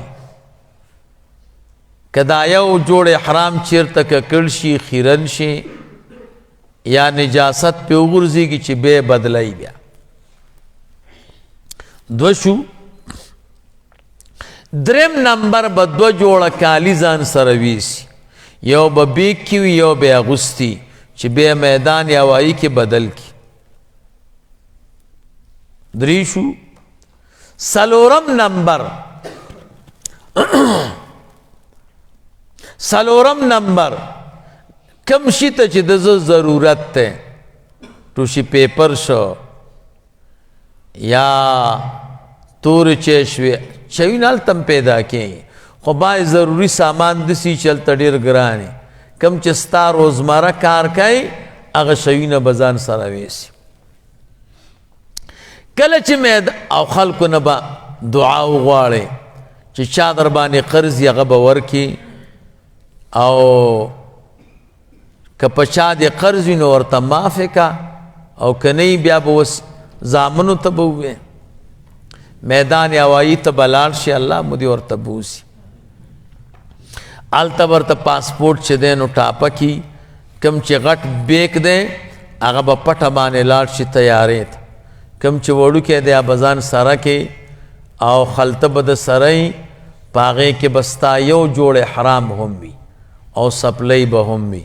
داسې سپلی چې د دې قدم دا منځ چې دی دا هغه څلورم شیده و، دا سپلی وه، دا منځ د قدم چې ښکاري. کله چې پورته ورسېږي کابل کې چې دی پورته دویم چت کې بیا جومات دی، هلته بیا د اودس او د غسل انتظام شته. ښه خبره دا ده چې سړی غسل کور کې وکړي، هلته بیا اودس وکړي، اودس ته وکړه بیا به د جومات یو طرف ته ودرېږې او کالی به بدل کې، اول به کمیس وباسې، بیا به چې دی لنګ د ځان نه تاو کړي، بیا به پرتوګ لرې کړي، بیا به صادر راوالی دویم ابه د ځان نه تاو کړي، سر به پټ کې، 2 رکعاته مونځ به وکړي په پټ سر، بیا به سر ښکاره کې، بیا به دعا وکړي، نیت به وکړي د عمرې، تلبیه به ووایې، بیا به سر نه پټی، ځان به نه ګری چې ویښته در نه ونه غورځېږي، بیا به صدقه ورکې، بیا به تلبیه وایې لبیک اللهم لبیک. هر کله چې د حالت بدلېده ولاړ وې کېناستېدې تلبیه به وایې، چې ناستې ودرېدې تلبیه به وایې، تیاره کې کېنې جګېږي ټیټېږي، نو 4.5 ساعته کې به د جدې ته ورسئ تیاره. هلته به درته موټر راشي، موټر کې به کېنې او د پاسپورټونو ځای ته به لاړ شي، هلته به درته پاسپورټونو ټاپه کي، سړی به ولاړي، تا نه به سامان والي او موټر کې به درته کېني، لاړ به شي مکې مکرمې ته او خپل بلډینګ ته به لاړ شي، هلته به غټ بیک او سامان کېږي، که ډېر ستړی ستومانه وي خیر دی ویده شه، دې دپاره چې دا عبادت د شوق شی دی، او که گزاره د کېده نو پروا نه کوي، که ګرمي دې شوې وه بدن دې خولې و نو لامبلی هم شي، خو د بوی والا صابون به نه استعمالی، ځکه په حالت د احرام کې بیا به دا خپل احرام واچې یا نه وی او تلبیه به وایې، روان به شي حرم شریف ته. کله چې حرم شریف ته راورسېدې دروازه به په نښه کې چې دا دروازه باندې راغلم، او دا خپل ځای به هم نښه کې، ټیټ به ګورې چې کعبه مبارکه درته نه ښکاري. کله چې داسې ځای ته ودرېدې چې ټوله کعبه درته ښکارېده، سترګې به وغاړې، کعبې مبارکې ته به وګورې او به وایې یا الله زما ټولې دعاګانې قبولې کړه. دا د عبدالرحمن جامی صاحب نسخه ده. څوک چې حرم ته نه تلي او په اول کرت لاړ شي، الله یوه دعا قبلی، نو یو داسې دعا وکړه چې د ټولې قبولې شي. کله چې د مولوي صاحب دعا وکړه نورې دعاګانې به وکړې، حجر اسود ته به راشي، د حجر اسود نه به داسې 1 ګز 2 ګزه اندازه فاصله کې دې خوا ودرېږي او د طواف نیت به وکړي، یا الله زه ستا د دې پاک کور د 2 چکرو نیت کوم، ما ته اسانه کې او ما نه قبول کړي. دعا دې وکړه، حجر اسود ته به مخامخ شي، اوس خو مچې کېږي نه ګڼه ډېره، حجر اسود ته به مخ کې، لاسونه به پورته کې تر اوږو پورې داسې بسم الله یا الله اکبر به ووایې. زمونږ او ستاسو ملګري دا ګوتې مچې کوي، ګوتې مچې کول نشته، ښه ورغوي به مچې کوي، تلی به مچې کوي، بسم الله یا الله اکبر دا به مچې کوي. دا ګوتې مچې کول غلط کار کوي، دا نه دی، دا دواړه ورغوي به مچې کې دیتا استلام وای، دا یو استلام شخه، نور به دا ښه اوږه ښکاره کې او روان به شي او پهلواني به کوې داسې چې پهلوان یم. نو که خالی سے پیدا کېدو نو لږ به تیز ځې او که نه پیدا کېدو نو روزه خوږې به وهې او دا کلمه به وایې ځمکې ته به ګورې سبحان الله والحمد لله ولا اله الا الله والله اکبر ولا حول ولا قوة الا بالله. دا به وایې مولوي صاحب لاندې به ګورې ښه نه به کعبې مبارکې ته ګورې نه به اسمان ته ګورې نه به خلکو ته ګورې او نه به خبرې کې ځکه دا د مونځ دی. رسول الله مبارک فرمائے الطواف بالبیت صلاة، طواف بیت اللہ شریف باندې مونځ دی. لاندې به ګورې ځان به ډېر عاجزه ګڼې چې خدایه دومره ګنهګار یم او د دې باوجود دی حرم ته راوستلی یم، خدای څومره احسان دی را سره وکړه. نو روان بشي نو دا به وایې نو د کعبې مبارکې دروازې نه به واوړئ پوهېږې داسې طواف به کې چې چپه اوږه دې کعبې مبارکې طرف ته او ښی اوږه دې د کعبې مبارکې نه یې باندې داسې به ځې. نو کعبې مبارکې دروازې نه چې واوړې نو کنج به راشي، هلته حتیم دی ښه وړوکی دیوال دی، حتیم کې به نځي یا بند دي او بندم دی طواف به په هغې کې هغې نه هغې خوا نو هغه بل کنج نه به م واوړئ. څو کنجه شو؟ درې. څلورم کنج ته چې راورسېدې دې ته رکن یماني وایي، دې ته به لاس وراوړئ. مچې کول ضروري نه دي خو استلام مسه کول پکار دي، دا سنت طریقه ده ښه رکن یماني. نو دې ته چې راورسېدې نو بیا به دا د طواف دا سبق بدل کې نو بیا به وایي اللهم ربنا آتنا فی الدنیا حسنة وفی الآخرة حسنة وقنا عذاب النار. نو دا به وایي چې حجر اسود کنج ته راورسېدې نو یو چکر دې برابر شه ښه. څو چکر شو؟ یو. د کعبې مبارکې څلور کنجونه دي ښه، د دې دوو کې حکم راغلی، یو کې خو حجر اسود دی، یو د دې شاته کنج رکن یمانی. حجر اسود به مسکې هم مچکې به هم خو چې چاته ضرر نه او رکن یمانی به یوازې مسکې او هغه دوه کنجونه نور چې دي د هغې نه مچې کول شته او نه مسې کول شته. ولې؟ دا په هغه زاړه بنیاد نه دي که نه. د ابراهیم علیه السلام چې کعبه جوړه کړې وه که نه نو د هغې چې کوم بنیاد و نو دا دوه خورېدلي دي د خپل ځای نه، ځکه حتیم یې باندې دی که نه. دا حتیم چې دی دا حصه د کعبې مبارکې ده. بیا درته څلورمه سپاره کې تاریخ ویم. نو دا څو چکره شو؟ یو. دقه طریقه باندې به دویمه موکي او دریم به موکي.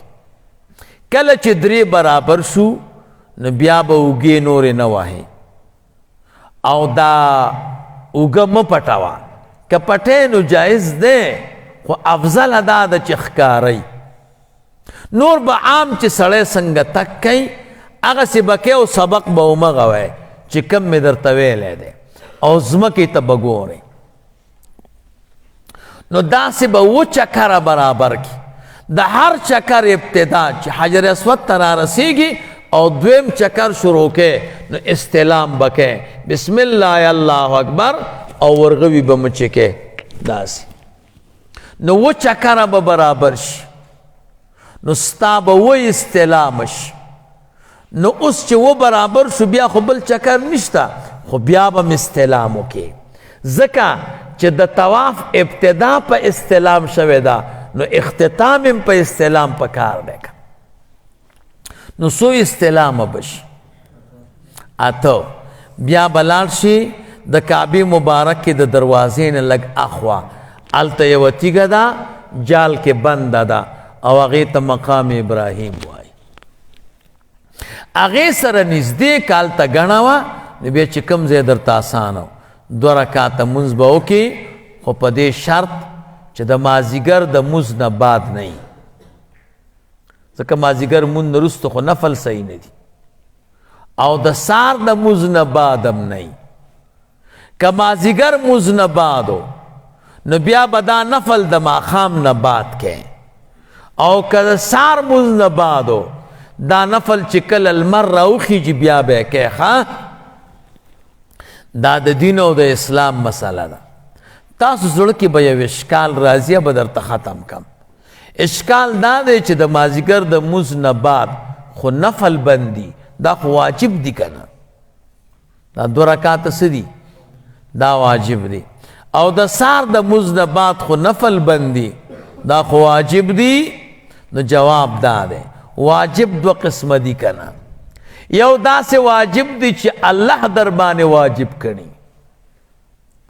هغه قوي دی هغه بیا د مازدیګر د مونځ نه بعد هم کولی شي او د سار د مونځ نه بعد هم کولی شي یو داسې واجب دی مولوي صاحب چې هغه تا په ځان واجب کړه نو طواف دې وکړو نو واجب شو که نه دا بندگان چې کم په ځان واجب کی د دې مرتبه کمی ښه دا نفلو ته نږدې وي نو ځکه به د سار د مونځ نه بعد او د مازدیګر د مونځ نه بعد نه کی کله چې دې 2 رکعاته نفل وکړه نو ته خو عمرې ته تلی که نه نو لاړ به شي د زمزم د اوبو نه به چیکاک وکې او کومه مریضي چې درکي د هغې په نیت به یې وچیکي خو سم به ځان موړ کي رسول الله مبارک صلی الله علیه وسلم فرمائے زمزم اوبو کې دا کمال دی چې د کومو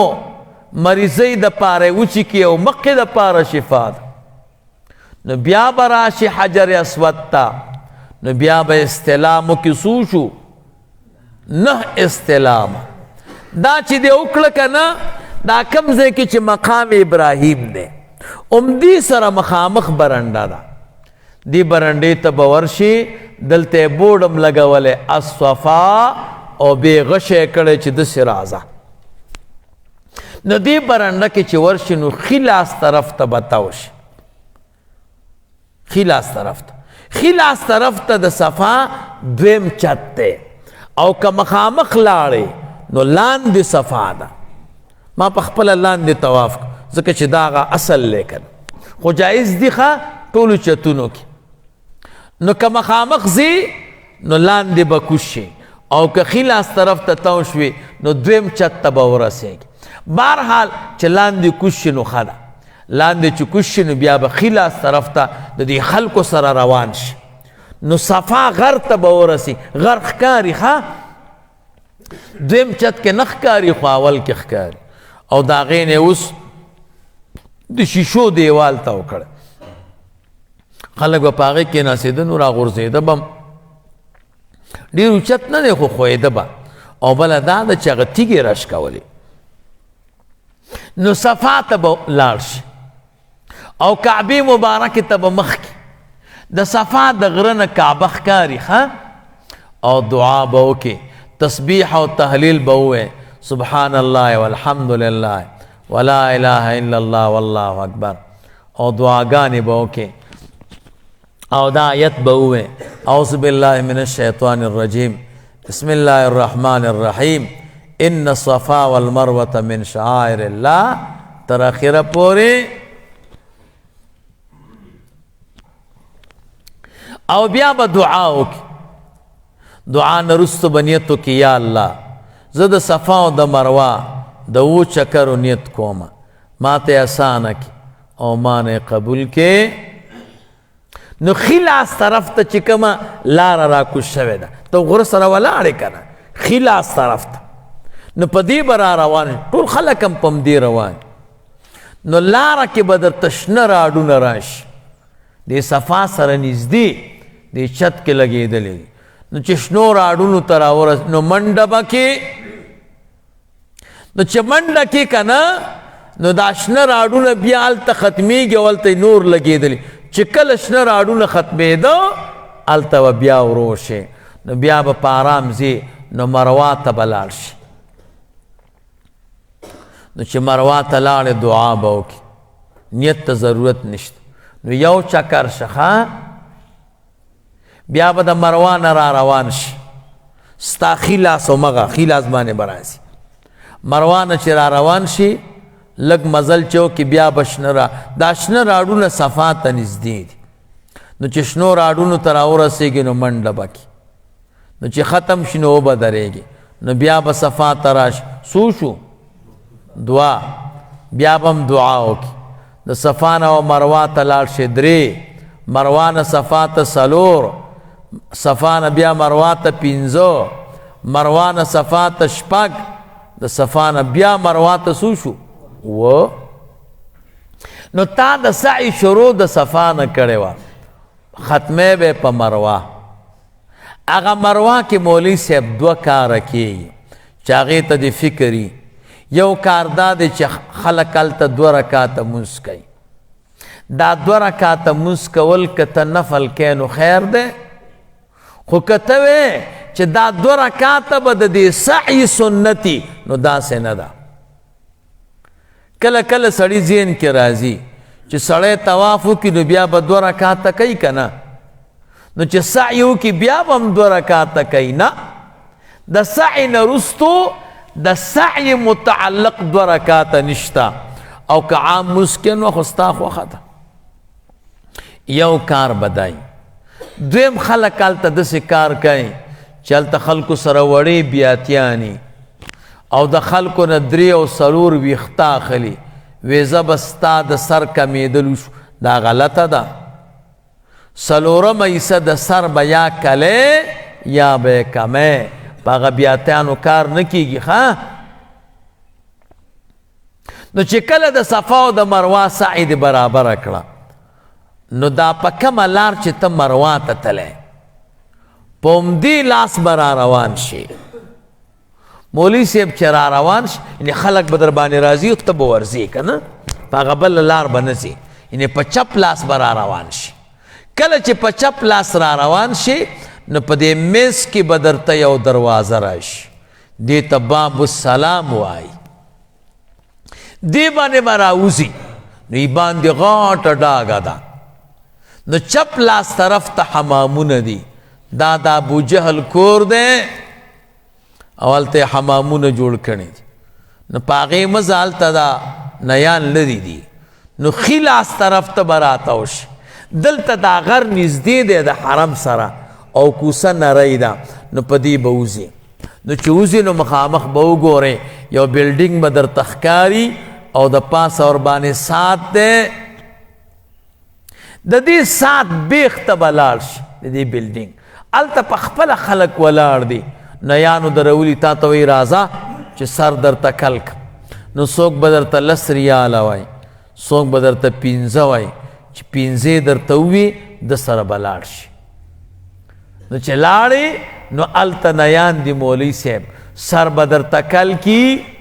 نو چې سر یې درته کل که که نه نو مبارک دې شه عمره دې پوره شوه وړوکی حج دې وشو او که مولوي صاحب داسې وه 2 ملګري سره یو ځای و او دواړو ملګرو وی چې واله که د دواړو عمرې برابر شوې او ستام صرف سر کلیدل پاتې دي او زمام پاتې دي نو یو بل ته به کل کو که نه کلولی شي که نه او کلولی شي نو چې سر دې کل کو نو بیا به خپلې عمارې بلډینګ ته لاړ شي او بلام بیا او کالي به واغوندي بیا چې نور طوافونه کوي بغیر عمرې نو خپلو کالیو کې بیا کولی شي ښه دا عمره وه ښه نو که دا د افغانستان نه کې هم دا طریقې ده او هلته دی الله تعالی مونږ او تاسو ورته بوځي حاجیان بیا هلته تکړی هره ورځ یو عمره کوي هلته به بیا عمره چې کوې نو بیا بیا عبدالعزیز باندې به راوځي ای باندې سړک ته نو هلته پلینکو چې ولاړې او چغې وایي عمره عمره نو 2 ریاله به درنه والي او مولوي صاحب 3 میله مزل به در باندې وکړي 3 میله کې هلته یو جومات به راشي مسجد عائشه ورته وایي رضی الله تعالی عنها مسجد عائشه ورته ځکه وایي چې رسول الله مبارک صلی الله علیه وسلم سره دا عمرې ته راغلی وه زنانو باندې چې کومه مریضي راځي نو هغه پې راغلی وه نو بیا چې زنانو باندې حیض راشي بیا خو جومات ته نشي راتلی نو چې کله بیا بدن پاک شو نو رسول الله مبارک صلی الله علیه وسلم د هغې ورور ته عبدالرحمن صاحب ته ووی دا خپله خور بوزه حل ته د حرم د حدودو نه یې باندې کا چې د هغې ځای نه احرام وتړي چې راشي نو دغه ځای کې عائشې صدیقې رضی الله تعالی عنها احرام تړلی او بیا راغلی د عمره یې کړې ده نو هلته اوس ښایسته جومات دی نو مسجد عائشه ورته ځکه وایي هلته به احرام وتړی نور یو همغه طریقه ده چې کوم دی د کابل په میدان هوایي کې کړی همدغسې به روزانه عمره کوي ښه خبره دا ده چې سړی هلته خو عبادت پکاري که نو څوک وایي عمره افضله ده څوک وایي طواف افضل دی نو زم دواړه کوه که نه دواړه کوه بل عمره کې یو شی زیات ته ګوره د مال خرچ کېدلم دی پکې 2 روپۍ به د دې خوا نه لګی پوهېږي 3 روپۍ یا 5 روپۍ کله کله د هغې خوا نه سر به م کلی نو تقریبا 10 ریاله لګېږي نو روپۍ دې مو لګېدې او عبادت دې مو که نو د مال خرچ هم دی او د بدن هم دی او طواف کې خو یو دی خو که یو سړی طواف ډیر کوي نو هم صحیح ده خو لیکن عبادت کې تنوع چې وکړي که نه نو بیا سړی ستړیوالی کوي دا طریقه د عمرې وه ښه یاد شو درته حج چاته وایي حج مولوی صاحب اتو شیانو ته وایي څو شیانو ته حج اتو شیانو ته وایي د نیر نشي اول نمبر احرام چل خو مزدک دویم نمبر منا تتلل دریم نمبر عرفات تتلل سلورم نمبر مزدلفه کې شپه کول پنځم نمبر شیطانان ویشتل شپږم نمبر قربانی کول اووم نمبر سر کلول اتم نمبر طواف زیارت کول دا اته شیونه چې برابر کی کنه دې ته مولوی صاحب حج وایي ښه اوس مو چل زده شو اوس درته تفصیل کوم احرام خو د عمرې ته کابل کې تړلی و خو د حج دپاره مکه مکرمه کې تړل کیږي ها خپل بلډینګ کې به کوې څنګه احرام چې د دلته تړلی و بېنهي او مقص احرام دی خو فرق په نیت کې دی دلته دی ویلي و یا الله زه د عمرې اراده لرم ما ته اسانه کې او مانه هلته به وایې زه د حج اراده لرم ما ته اسانه کې او مانه قبول کړي پیږي نو احرام به وتړ دویم خبره منا تتلل منا کې مولوی صاحب 3 شپې کول پکار دي یوه شپه د عرفې یو شپه د چا چې نهمه شپه ورته وایي دا شپه د عرفې چې ده که نه دا به مولوی صاحب خامخا منا کې کوي دویم نمبر شپه کله چې د اختر په ورځ باندې شیطانان اولی او قربانی وکړي او طواف زیارت هم وکړي نو دا د اختر د شپې پسې چې کومه شپه ده هغې ته د میلې شپه وایي هغه به منا ته راوړي 2 شوې دریم نمبر د اختر درېمه شپه دا به منا ته راوړي نه منا کې څو شپې شوې 3 د عرفې شپه د اختر دویمه شپه د اختر درېمه شپه 2 شو دریم نمبر عرفات تتلل عرفات ته به د عرفې په ورځ باندې ځې، منا کې به شپه وکې، سار به عرفات ته ځې او ماسپښین مونځ به هلته رسې، د ماسپښین او د مازدیګر مونځ به یو ځای کې تر لمر غورځېدلو پورې به هلته اوسېږي. لمر چې وغورځېږي بیا به را روان شي او هلته به وقوف کې. دا 2 شو، 3 شو. 4م نمبر د اختر شپه به مزدلفې ته را رسې. شپه به مزدلفه کې وکې، لاره کې راځي د مینا او د عرفات په منځ کې ده. سار چې لمر راوخته نو د مزدلفې نه به را روانېږي او اخرنی غټ شیطان به د اختر په ورځ ولي. بیا به لاړ شي. دا څو شو؟ 5. 6م نمبر به قرباني وکړي. 7م نمبر به سر کال کې په همدې ورځ. 8م نمبر به طواف زیارت وکړي. خو طواف زیارت 3 ورځو پورې کېدی شي. افضل دا ده چې په اوله ورځ یې وکړي او شپه به بیا مینا ته رسې. نو چې دا 8 کارونه وکړي که نه، نو مولوي صاحب حاجي شوې. تفصیل دا ده، مولوي صاحب چونکې حاجیان ډیر دي نو حکومت مجبوره ده چې تا د خپل وخت نه مخکې مینا ته بوځي. کله چې مولوي صاحب دا د دې میاشتې 8مه شپه شي، څومه شپه؟ 8مه شپه شي، نو تاسو بیا د بلډینګ نه روان کې حکم به درته وکړي چې تاسو به احرامونه وتړئ. احرام به وتړئ او په دغه شپه یعنې یو شپه مخکې بوځي، ځکه خلک ډېر دي که نه. نو ستاسو به د دې میاشتې 8مه ورځ په مینا کې راځي. موټر کې به کښېنئ او مینا ته به مو بوځي. پیاده ځکه مه ځئ چې بیا غځی پیدا کولی نه شئ، خیمه او که څوک پیدا کولی شي او په نقشه پوهیږي بیا خو ډېره ښه ده. داسې کارډونه ورکوي په هغې کې د خیمه د مینا د خیمې ادرس پکې، چې په ادرس پیږي نو افضل دا ده چې پیاده به لاړ شي، او که نه پیږي نو بیا به موټر کې. کله مو چې مینا ته بوتله د شپې به م بوځي. دا 8مه شپه ده ښه. سار مونځ به وکئ. هلته یو جومات ته مسجد خیف ورته وایي. هلته رسول الله مبارک منځونه کړي. نو ښه خبره دا ده چې هلته جمع وکړي.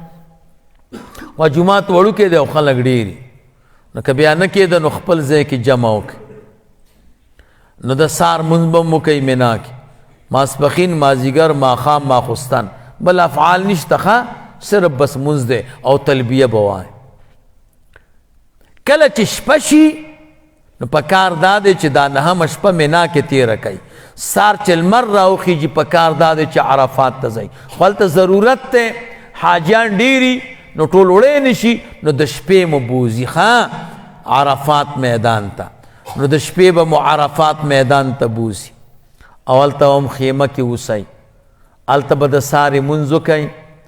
عبادتونه به کوئ. هلته بیا یو جومات ته مسجد نمیره ورته وایي. هغې جومات ته به د ماسپښین مونځ ته ځان راورسوئ. هلته امام دی او د ریاض نه راځي ښه، مسافر دی. تاسو که مقیم وئ نو تاسو به بیا خپل مونځ پوره کوئ، او که مسافر وئ نو هغې سره به یې کوئ. تاسو به کله مقیم یئ؟ کله چې حاجي صاحب مکه مکرمه کې د مینا د ورځو سره 15 ورځې برابرېدې نو دی مقیم دی، او که د مینا د ورځو سره 15 ورځې نه برابرېدې بیا دی مسافر دی. مخکې مولوي صاحب د مکې مکرمې او د مینا آبادۍ سره جدا وي ښه، نو د مینا ورځې او د مزدلفې دا د اقامت په ورځو کې نه حسابېدې. اوس د آبادي سره نښتې ده،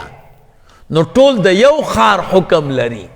نو دی وخت کې علما وایي چې د مینا او د مزدلفې شپې به ورسره یو ځای کې.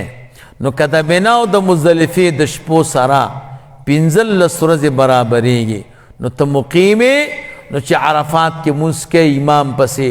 نو بیا هغه چې 2 رکعاته وکړو ځکه هغه مسافر دی د ریاض نه راځي نو ته به بیا 2 رکعاته ځان له وکې او که د منا او د مزدلفې د ورځو سره 15 نه برابرې دی بیا ته مسافر یې هغه چې 2 رکعاته کول ته به هم 2 رکعاته وکړې بیا به امام خطبه ووایي خطبه اورېدل واجب دي ښه بیا هلته یو غر دی جبل رحمت ورته وایي ښه خبره دا ده چې غره ته وخیږې او که نه یي نو بیا چې هر ځای کې ودرېدې قبلې ته به مخکې او دعاګانې به کوې لږ درېدل فرض دي ګوره او ډېر درېدل بیا مستحب دي او سنت دي دعاګانې به کوې او ژاړې به خپل رب ته تر لمر غورځېدلو پورې کله چې لمر وغورځېدو نو ماښام شي که نه نو ماښام مونځ به کوې نه او را روان به شي مزدلفې ته دا په لاره کې راځي مزدلفې ته چې هر وخت راورسېدې د ماښام مونځ او د ماخوستن مونځ به یو ځای وکې عرفات کې دې د مازدیګر مونځ او د ماسپښین یو ځای کړی خو هغه جمع تقدیمه وه د ماسپښین په وخت کې د مازدیګر کړی او مزدلفه کې به د ماښام او د ماخوستن مونځو کې خو دا جمع تاخیره ده ښه ماښام به د ماخوستن په وخت کې وکړي نو اول به د ماښام 3 رکعاته وکړي بیا به 2 رکعاته سنت وکړي نه اول به د ماښام 3 رکعاته فرض وکړي بیا به د ماخوستن چې دی دا 4 رکعاته چې دی نو فرض وکړي بیا به د ماښام سنتو کې د ماخوستن بیا به ویتر وکړي داسې هم کولی شي چې د ماښام 3 رکعاته وکړي او بیا سنت وکړي او بیا د ماخوستن خو ښه دا ده چې اول 3 رکعاته د ماښام وکړي بیا 4 رکعاته د ماخوستن بیا د دواړو سنت او بیا ویتر ویتر چې دی وکړو بیا به مولوي صاحب ګرځي او تیږې به راغونډی د نخود په اندازه د چڼې په اندازه داسې به نه کې چې غټه تیږه پیدا کړي او بیا په ماتی نه روغه به را پیدا کړي څومره پکار دي 55 تیږې به راغونډې کړي د نخود په اندازه او صفا به یې کې وبینځي خاورې به ترې لرې کړي یا بوتل یا یو خلطه کې به یې واچي که خوب درتلو ویده شه او که نه عبادت کې تېره کړه سار چې راپورته شي هلته یو جومات دی ښه مسجد مشعر الحرام ورته وایي او وړوکی جومات دی هلته به جمع وکړې که نه کې دا هر ځای کې چې دې مونځ وکړه مونځ چې دی وکړه د لمر د ختو نه به مخکې بیا کعبې مبارکې ته مخکې او دعاګانې به وکړي وقوف د مزدلفې واجب دی ښه بیا به مولوي صاحب داسې وکړي چې وقوف دی وکړه لمر راوخته مزدلفه کې بیا به روان شي په مخ د شیطانانو منا ته به لاړ شي هلته شیطانان دي نو داسې 3 ستنې دي ښه دې ته شیطانان وایي نو د اول نه به تیر شي دته څه مه وایه بیا به د بل نه تیر شي دته هم څه مه وایه دا وړوکی دی دا درمیانه دی اخرنی چې کم کعبې ته نږدې دی دې ته غټ شیطان وایي نو دا به مولوي صاحب په 7 تیږو باندې ولي یا داسې یا به په نوک باندې کېدی بسم الله الله اکبر او دا تیږه به وررسې ډېر خلک مخامخ ورځي نو خوږ شي نو ښه خبره دا ده چې راتاو شي ورته هلته یو پولیس هم ولاړې خلکو ته ښودنه کوي چې راتاو شي هغه ځای خالي دی خالی ځای به وګورې ښه نو په 7 تیږو به یې ولي بسم الله الله اکبر هغه تلبیه چې دی ویلې لبیک اللهم لبیک نو د شیطان په ویشتلو باندې به یې بنده کړي په عمره کې تلبیه به د کعبې مبارکې په لیدلو بنده کړي او په حج کې تلبیه به د شیطان په ویشتلو بنده کړي نو کرت به 7 تیږو باندې به شیطان ولي او بیا به د هغې نه وروستو را روان شي دعا به وکړي دعا نه به وروستو مذبح ته لاړ شي منسک ته کوم ځای کې چې حلالي کېږي ښه هلته به قرباني وکړي قرباني چې دې وکړه بیا به خپل بلډینګ ته لاړ شي هلته به سرکل کې غسل به وکړي کالي به واغوندي نو حرم شریف ته به راشي نو طواف بو کې طواف زیارت په خپلو کالیو کې او د طواف زیارت نه وروسته به د صفا او مروه په منځ کې سعی وکړي په خپلو کالیو کې. یو مسله پکې شته، کله چې تا د احرام د حج احرام وکړ او ته وې چې هغه ورځ خو به زه ډېر ستړی یم سعی به نشم کولی، نو یو گنجایش پکې شته چې د منا د تګ نه مخکې طواف وکړي او بیا سعی وکړي، ځکه سعی بې طوافه نه کېږي، نو طواف به ورسره کوې. نو بیا چې طواف زیارت کې د مخکې سعی کړي نو بیا طواف زیارت کې در باندې سعی نشته. کله چې طواف زیارت ته وکړه او سعی د مخکې نه وه کړې نو وبه کې که دې کړې وه بس مه کوه، نو شپه به رسې منا ته، نو منا ته به لاړ شي، هلته به چې دی د سارې مونځو کې ماسپښین مونځ به مو کې په سبا د اختر په سبا ماسپښین مونځ چې دی وکړه بیا به تیږې راوالې. څو تیږې وې مخکې نو و خو دې ته استعمال کړې، څو پاتې شوې؟ یو کم 50. نو اوس به 21 تیږې ځان سره راوالې. څو؟ نو دا شیطانان به د سر نه شروع کې وړوکی به ولي، بیا به درمیانه ولي او بیا به آخرنی، هر یو ووه. اول شیطان چې د وړوکی وویشتو دعا مه کوه، بیا چې د دویم د وویشته دعا مه کوه، دریم چې د وویشته بیا دعا وکړه. نو یو ویشت ترې نه دا لاړې،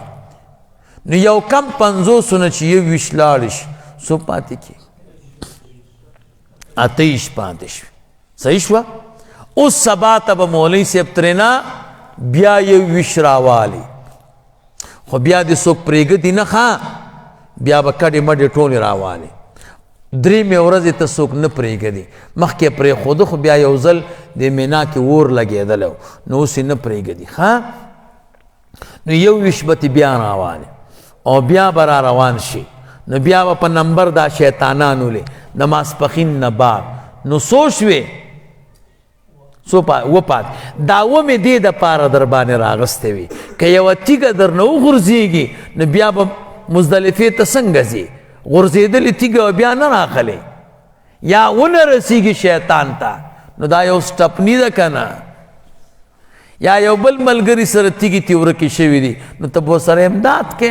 نو لږې ډېرې راغستل ځکه ښیي ښه، ذهن کې مو خبره کښېني. نو چې شیطانان دې په 3 ورځو ویشته او بلډینګ ته راورسېدې نو مبارک شه حاجي شوې. اوس به سم ورانه کې شیطان دې ویشتو که نه؟ شیطان درته وایي بېغمه شه، زما بېعزتي دې وکړه خو حج به رانه ونه رسې. نو دا حاجیان چې هلته حج وکړي که نه او فارغ شي، یاره چې د دوی خبرې واورئ، موبایل به روباسي او کور ته به زنګ وایي او دا ترسکوني خبرې به کوي، والکه حج دې خرابه کړو، او لانجې به کوي او نخرې او جنګونه. نو ډېره په مشکل تیارې ته دا حج روخېږي، اکثر کې هملته پاتې شي. خو زه تیاره کې بعضې تکړی هغه ویله که حج مې وکړو ورانۍ به نه کوم، نو بیا مولوي صاحب تیاره کې روخېږي، خو دلته میدان یا وایي کې ته پاتې شي. دلته پردۍ ښځې راځي، دا مې د ماما لور ده، دا مې د کاکا لور ده او غاړه ورکوي، والکه دې سره خو د نکاح کېږي، دلته ته د ایرپورټ کې پاتې شي. نو که بعضې خلک ډېر تکړی یا ښځې ورته رانشي، افغانان خو الحمدلله غیرتیان دي، داسې نه کوي. نو چې راوځي دلته بیا دلته ورپسې شیطان رسېږي. نو دا دهقانان چې دي چا چې ډېر پټي چې راشي دې پټۍ ته یاره دا پولې خو ټولې کږې وږې دي، شیطان ورته دا پوله کږه ده او د شپې به راپاسې داسې به لږ وګرئ، داسې نیغه به یې کې د دې بل ملګري دا پټی پکې رادننه که پوهېږي. او وروره بیا به نو الله تعالی دې مونږ او تاسو وساتي. د حج 15 ورځې دي خو دومره ګرانې دي. رسول الله مبارک فرمایي څوک چې حج وکړي صحیح دته الله دومره مرتبه ورکوي، 400 نفرو شفارس به کوي، عالم به 100 کوي، شهید به 80 کوي، حافظ به 10 کوي، ماشوم به 2 کوي. ګوره حاجي څومره دا کار ګران دی، حج ساتل ګران دي که نه. یو سړي وی بل چاته ویلې په شا باندې سپېړه ورکړه ویلې حاجي صاحب مړ دې کړم ورته وی تاسو وپېژندم چې عجیب وی سپېړه دې ډېره درنده وه نو بیا هلته کار ته خراب شي الله تعالی دې زمونږ او ستاسو د اعمالو حفاظت وکړي اللهم صل علی سیدنا و مولانا محمد وعلى آل سیدنا و مولانا محمد یو دستار بندی ته زم نه مې پرېږدي بس څه وکړم یاره ټول کار خرابه دی دعا وکړه الحمدلله رب العالمین فالله خیر ها داسې چلو کوي ښه تاسو یو هم جګېږئ ما